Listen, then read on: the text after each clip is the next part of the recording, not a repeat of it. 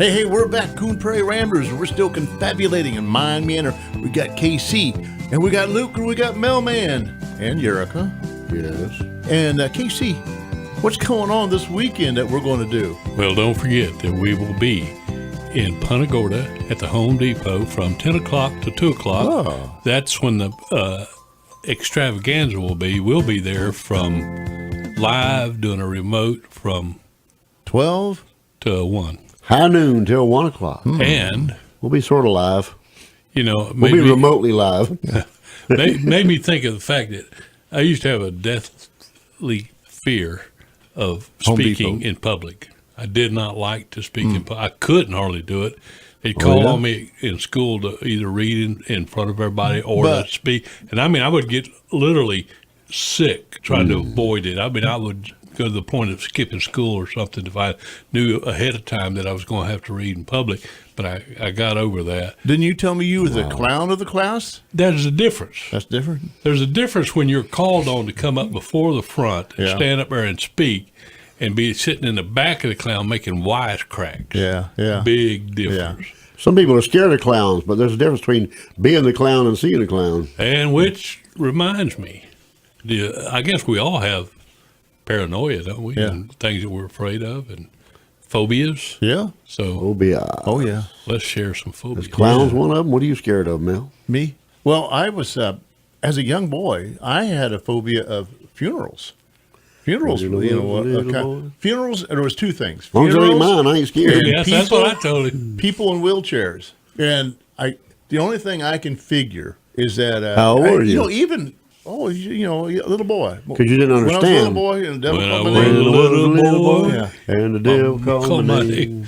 name. And I'd be going down the street with Emma Zeta Jackson. And Emma And their little Jackson. boy, Mel. yeah, and I was there. But a male boy. Even you remember the movie "It's a Wonderful Life" with mean old Mr. Potter in the wheelchair. Yep. He was a banker guy. Yeah, he was in a wheelchair, and it wasn't so much in the movie, but watching it, I'm thinking, why is he? I think what it was is wondering. Are you next? Are you next? Yeah, or there's something wrong with them. Well, there was something wrong with them. Yeah, guess what? They're dead or they're But in I a was wheelchair. thinking- Most people aren't riding in a wheel. I think nowadays they are, Yeah. a lot of them, but most people aren't riding in there just for the comfort. It's those people at Walmart riding in the little. I know. I see some of them and I think, you're just there because you're lazy. They ride out there and they jump up. They may and be jump thinking in that their about car. me. You know what they would have called him if it would have been him? Mel on wheels. That's what you'd have been.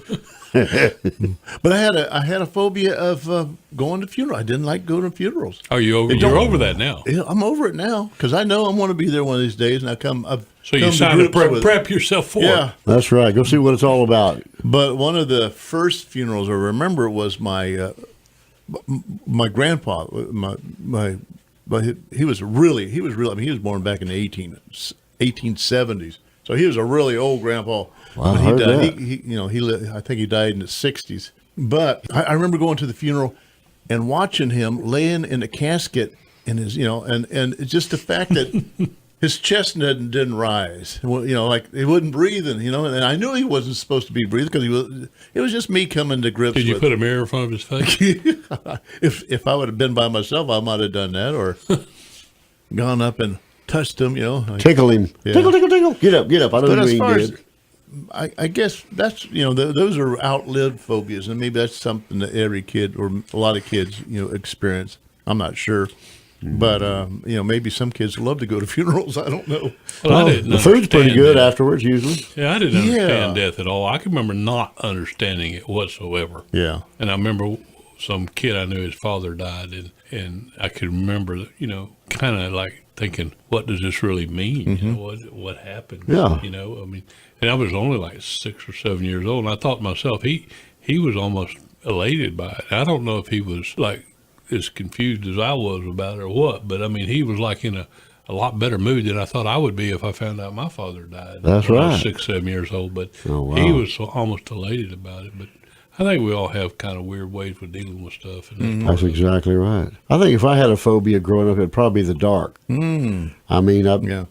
my dad used to say, you don't need to be afraid of the dark because whatever's out there, at night is the same thing that's out there during the day. He tried to tell me that, but still, if I had to go outside and do something late at night or whatever, I would just be, the further I got away from the house, the more terrified I'd be. Then when it was time to come back, I'd be walking a little bit faster. Don't start walking fast. Don't do it. No, I did it every time. Then I was flying by the time I got back to the house. It's a trap. That's all it takes, because your fears take over. First thing you know, you're running faster than you've ever run in your life. That's right. You feel something breathing on your neck almost.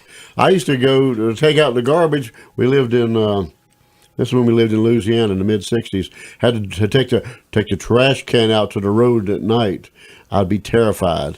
So what I did, I found a piece of chain, like this chain that comes on your swing set, about that size, and I worked it up into a ball, and I left part of it hanging out for a handle. Yeah. And I would take an extra trash can lid for my shield, and I'd take that, and I'd be holding it in both hands, still trying to drag the trash can out there to the road. But I was ready in case something come at me. Of course, I'd have probably thrown it down and ran away or beat myself to death with it, but I was ready. I always kind of like the dark. I love it now, but back in the day, I mean, when I worked at the state hospital, you had to make rounds in the middle of the night or whatever out there, checking on the sewage pumps and make sure everything's flowing. You go down the sewer plant, dark and really spooky down there, kind of woodsy or whatever, all kind of critters and gators and stuff down there. And your imagination could get away from you if you weren't careful, but it was a little on the spooky side.